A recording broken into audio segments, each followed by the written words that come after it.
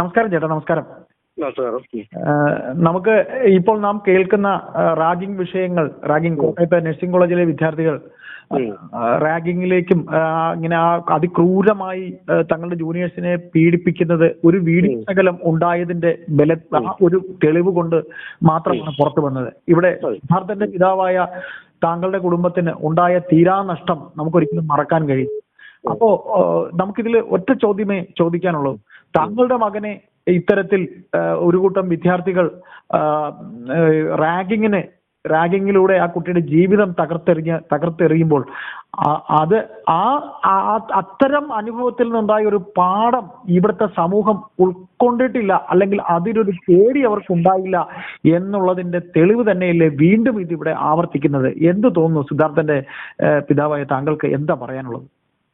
അത് ശരിക്കും പറഞ്ഞാൽ 100% ശരിയാണ്. പക്ഷെ റാഗ് ചെയ്യുന്ന കുറ്റവാളികളായ ആ ക്രൂരന്മാരെക്കാളും നമ്മൾ ചിന്തിക്കേണ്ടത് ഈ റാഗ് ചെയ്തിട്ട് വന്നിട്ട് അവരെ രക്ഷപ്പെടുത്താൻ വേണ്ടി നിൽക്കുന്ന നേതാക്കന്മാരാ. ഏത് പാർട്ടി ആയിക്കോട്ടെ. പക്ഷെ ഇപ്പൊ ഒരൊറ്റ പാർട്ടി മാത്രമേ റാഗ് ചെയ്യുന്നവരെ രക്ഷപ്പെടുത്താൻ വേണ്ടി നിൽക്കുന്നുള്ളൂ. അതവിടെ നിൽക്കട്ടെ. ഈ രക്ഷപ്പെടുത്താൻ നിൽക്കുന്ന ആൾക്കാർ ഉള്ളിടത്തോളം കാലം ഈ റാഗിങ് ഇവിടെ നടന്നുകൊണ്ടിരിക്കും. അത് തന്നെയാണ് അവരുടെ ഒരു ഏറ്റവും വലിയൊരു പ്രോത്സാഹനം. നിങ്ങൾ കൊന്നിട്ട് വന്നാലും കുഴപ്പമില്ല, എന്ത് ചെയ്തിട്ട് വന്നാലും കുഴപ്പമില്ല, ഞങ്ങൾ നിങ്ങളെ രക്ഷിച്ചോളാം. അതിനുള്ള ഏറ്റവും വലിയ ഉദാഹരണമാണ് വളരെ ക്രൂരമായി സിദ്ധാർത്ഥനെ വയനാട് പൂക്കോട് വെറ്ററിനറി കോളേജിൽ ഇടതുപക്ഷത്തിന്റെ SFI കാരന്മാർ കൊന്നിട്ട് അവർ ചെന്ന് രക്ഷ പ്രാപിച്ചത് അവിടെ ഉള്ള നേതാവിന്റെ അടുത്താണ്, അവിടെ ഇടതുപക്ഷ നേതാവിന്റെ അടുത്താണ്. ഞാൻ ഊഹിച്ചു പറയുന്നതല്ല. ആ നേതാവാണ് ആ CPM-ന്റെ പഴയ അവിടുത്തെ ജില്ലാ സെക്രട്ടറി ആയിരുന്നു, അവിടുത്തെ ഒരു MLA ആയിരുന്നു. അദ്ദേഹം തന്നെയാണ് ഈ പറയുന്ന SFIയുടെ യൂണിറ്റ് പ്രസിഡന്റ് അരുൺ, ഇതിന്റെ മുഖ്യ പ്രതികളിൽ ഒരാളാ ഈ കൊലപാതകത്തിന്റെ. അവനെ കൊണ്ടുപോയി വയനാട് മജിസ്ട്രേറ്റിന്റെ അടുത്ത് വരെ കൊണ്ടുപോയി കീഴടങ്ങാൻ വേണ്ടി കൊണ്ടുപോയതാ. റാഗ് ചെയ്ത് കൊന്ന കൊലയാളിയെ മജിസ്ട്രേറ്റ് അദ്ദേഹത്തിന് ഗെറ്റ് ഔട്ട് അടിച്ചു, ഈ പറയുന്ന ഈ MLA. അതിൽ നിന്ന് നമ്മൾ എന്താ മനസ്സിലാക്കേണ്ടത്? എന്ത് ചെയ്താലും, എന്ത് റാഗ് ചെയ്താലും കൊന്നാലും രക്ഷിക്കാൻ പുറമേ ആളുണ്ട്. അത് തന്നെയാണ് നിസ്സാരം. നമ്മൾ 2005 ഈ റാഗിംഗ് ഒരു ആക്ടിവിറ്റി വന്നത്, ഒരു നിരോധന നിയമം. അത് കഴിഞ്ഞിട്ട് ജസ്റ്റ് ഒന്ന് ചിന്തിച്ചാൽ മതി. ഈ നിയമത്തിൽ വന്നതിന് ശേഷം ഒരൊറ്റ കുട്ടിയിലെങ്കിലും, ഒരൊറ്റ ക്രിമിനലെങ്കിലും സ്കൂളിൽ റാഗിംഗ് നിരോധന നിയമപ്രകാരം ശിക്ഷ അനുഭവിച്ചിട്ടുണ്ടോ? മാക്സിമം ഉള്ളതെന്ന് പറഞ്ഞാൽ സസ്പെൻഷൻ. അത് കഴിഞ്ഞിട്ട് എവിടെയെങ്കിലും ഒരു വലിയൊരു ശിക്ഷ എന്റെ അറിവിലില്ല. ഉണ്ടോ? കാരണം എന്തുകൊണ്ടാ?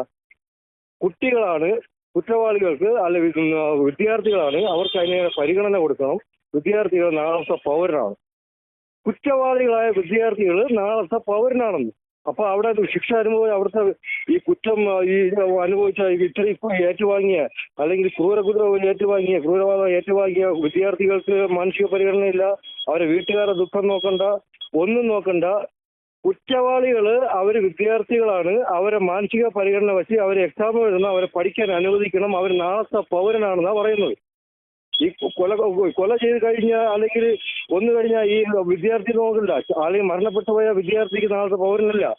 വിദ്യാർത്ഥികൾ അച്ഛനും അമ്മയും നാളത്തെ അവരെ വേദന അറിയണ്ട, ഒന്നും അറിയേണ്ട കാര്യമില്ല. ആ മരണപ്പെട്ടു പോയ വിദ്യാർത്ഥി നാളെ ഏത് ലെവലിൽ വരേണ്ടതാണ്, എത്ര ഹൈ ലെവലിൽ വരേണ്ട, അക്കാഡമിക്കിലായിരുന്നാലും ഏത് ലെവലിൽ വരേണ്ടതാണ്, അതൊന്നും അറിയണ്ട. കുറ്റവാളികൾക്ക് വളരെ മുൻഗണന. അവർ നാളത്തെ പൗരനാണ്, അവർ കുട്ടികളാണ്, അവർ വിദ്യാർത്ഥികളാണ്, അവർ എക്സാം എഴുതണം, പരീക്ഷ എഴുതണം. അതുകൊണ്ട് ഈ കേസിൽ നിന്നും അവരുടെ നിരുപാധികം വിട്ടയക്കുന്നു. അവർക്കുള്ള മാക്സിമം ശിക്ഷ എന്ന് പറഞ്ഞാൽ ഒരു 4-5 മാസം സസ്പെൻഷൻ. ഈ നിയമം അല്ലെങ്കിൽ ഈ വ്യവസ്ഥിതി എന്ന് മാറുന്നുവോ അന്ന് അതൊന്ന്. പിന്നെ ഈ കുറ്റം അല്ലെങ്കിൽ ഈ റാഗിങ് ചെയ്ത് വന്നിട്ട് രക്ഷിക്കാൻ വേണ്ടി നിൽക്കുന്ന ഈ നരഭോജികളായിട്ടുള്ള ഈ നേതാക്കന്മാരുടെ മനസ്ഥിതി, അവരുടെ മനോഭാവം എന്ന് മാറുന്നുവോ അന്ന് വരെയും ഈ അവരുടെ സമ്പ്രദായം റാഗിങ് കൊല നടന്നുകൊണ്ടേയിരിക്കും.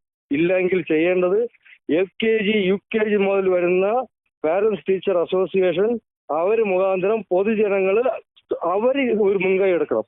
രാഷ്ട്രീയക്കാരന്മാരെ നോക്കണ്ട, അവന്മാർ നിൽക്കില്ല. പോലീസുകാരെ നോക്കണ്ട, അവർ നിൽക്കില്ല. എല്ലാ തെളിവുകളും എല്ലാ സാക്ഷികളും അട്ടിമറിച്ചിട്ടായിരിക്കും ഒരു കേസ് കോടതിയിൽ കൊണ്ടുപോകുന്നത്. ഈ പറയുന്ന പോലീസ് നെറുകെട്ട പോലീസ് കഴിയുന്നത്. എന്റെ സിദ്ധാർത്ഥന്റെ കേസ് സംഭവിച്ചാതെ എല്ലാ കേസും എല്ലാ തെളിവും നശിപ്പിച്ചിട്ട് കൊടുത്തിട്ടുള്ളതാണ്. അതാ ഇത്രയും ദുർബലമായി ആദ്യം പോയത്. എന്നാൽ ഞാൻ സമ്മതിക്കുന്ന ദുർബലമാറ്റി.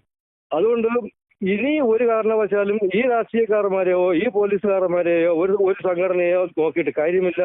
LKG UKG മുതൽ ഒരു കുട്ടിയെ സ്കൂളിൽ ചേർക്കുമ്പോൾ അവിടുത്തെ പേരൻസ് ടീച്ചർ അസോസിയേഷൻ എടുക്കേണ്ട ഒരൊറ്റ തീരുമാനമാണ് ഈ റാഗിംഗ് നിരോധനമായിട്ടുള്ള ഒരു തീരുമാനം. ഒരു കുട്ടി ഒരു ചെറിയ പ്രശ്നം തന്നെ വീട്ടിൽ വന്ന് പറഞ്ഞു കഴിഞ്ഞാൽ പിറ്റേ ദിവസം അവിടെ മിനിറ്റ്സ് വഹിപ്പിച്ച് കമ്മിറ്റി കൂടണം. കമ്മിറ്റി കൂടിയിട്ട് അതിൽ ഗവൺമെന്റ് ബോഡിയെ നോക്കേണ്ട കാര്യമില്ല, ഒരു രാഷ്ട്രീയക്കാരനെ നോക്കേണ്ട കാര്യമില്ല. ഹെഡ് മാസ്റ്റർ പ്രിൻസിപ്പാൾ അപ്പോൾ തന്നെ അറിയിക്കുക. അന്നേക്ക് അവിടെ ഒരു മീറ്റിംഗ് വിളിച്ച് കൂട്ടുക. ആരാണ് കുറ്റവാളി അവനെ പുറത്താക്കുകയോ മാതൃകാപരമായി ശിക്ഷിക്കുകയോ വേണം. അത് LKG UKG മുതൽ പ്രൊഫഷണൽ കോളേജ് ലാസ്റ്റ് ഇറങ്ങുന്ന കോളേജ് വരെ ഈ സമ്പ്രദായം വേണം.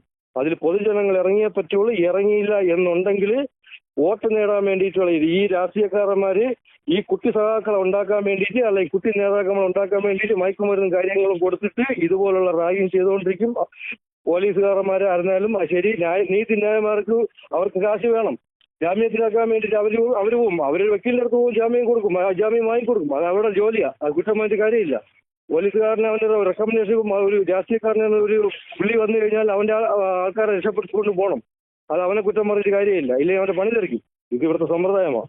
ഇത് മാറ്റണമെങ്കിൽ പൊതുജനങ്ങൾ ഇറങ്ങിയേ പറ്റുള്ളൂ. അതുകൊണ്ടാണ് ഞാൻ പറഞ്ഞത് LKG മുതൽ UKG മുതൽ സ്കൂളിൽ ചേർക്കുമ്പോൾ പാരന്റ്സ് ടീച്ചർ അസോസിയേഷൻ എടുക്കുന്ന ഒരു തീരുമാനം എന്ന് പറഞ്ഞാൽ ഒരു ആന്റി റാഗിംഗ് സ്ക്വാഡ് എന്ന് പറഞ്ഞ സാധനം ഇന്ന ആൾക്കാർ എന്നല്ല, ഇവർ തമ്മിൽ തീരുമാനം എടുക്കുക. എല്ലാവരും ഉള്ള പാരന്റ്സ് ടീച്ചർ അസോസിയേഷൻ എല്ലാവരും ഈ സ്ക്വാഡിൽ അംഗമായിരിക്കണം.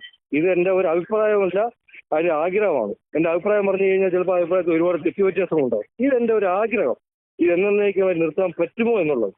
ഇല്ലാതെ നമ്മൾ ഒരുത്തനെയും നമ്പിയിട്ട് കാര്യമില്ല. ഇവനൊക്കെ എല്ലാം ഓരോ സംഭവം കഴിയുമ്പോഴും ബന്ധപ്പെട്ട മന്ത്രി പറയും ഇനി ഭാവിയിൽ ഇങ്ങനെ ഒരു സംഭവം ഉണ്ടാവില്ല, കർശനമായ നടപടിയെടുക്കും. സിദ്ധാർത്ഥനെ കൊന്നപ്പോൾ കർശനമായ നടപടിയെടുക്കുമെന്ന് ഉന്നത വിദ്യാഭ്യാസ മന്ത്രിയും മൃഗസംരക്ഷണ വകുപ്പ് മന്ത്രിയും ഘോരഘോരം പ്രസംഗിച്ചിട്ട് 1 വർഷമാകുമ്പോൾ ഇപ്പൊ ഏകദേശം ഒരു 10-100 റാഗിങ് ആയിട്ടുണ്ട്. കർശനമായ നടപടി എടുത്തിട്ട് ഏറ്റവും ലാസ്റ്റ് ഉണ്ടായി ഈ പാവപ്പെട്ട ഈ വിദ്യാർത്ഥി കണ്ണൂർ.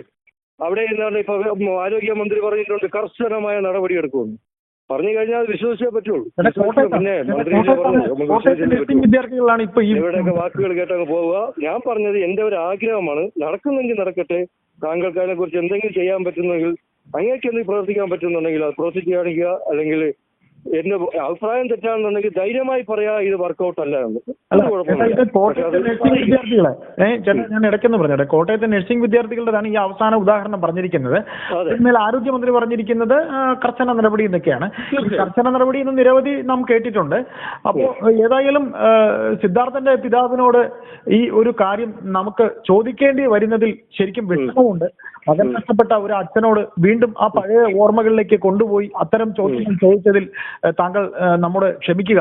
ഏതായാലും ആ വേദനയുടെ മുറിപ്പാടിൽ തന്നെ താങ്കളുടെ കുടുംബം ആ മുറിപ്പാട് ഒരിക്കലും ഉണങ്ങാത്ത ഒരു മുറിപ്പാട് തന്നെയാണ്. അത്തരത്തിലുള്ള നിരവധി സംഭവങ്ങൾ ശേഷം ഉണ്ടായിട്ടും കണ്ണു തുറക്കാത്ത സർക്കാരും നീതി ന്യായ വ്യവസ്ഥയെക്കുറിച്ചും നമുക്ക് പരിതപിക്കാനേ ഇപ്പോൾ കഴിയുന്നുള്ളൂ. വിഷയത്തിൽ പ്രതികരിച്ചതിൽ നന്ദി. താങ്ക് യു ഏട്ടാ.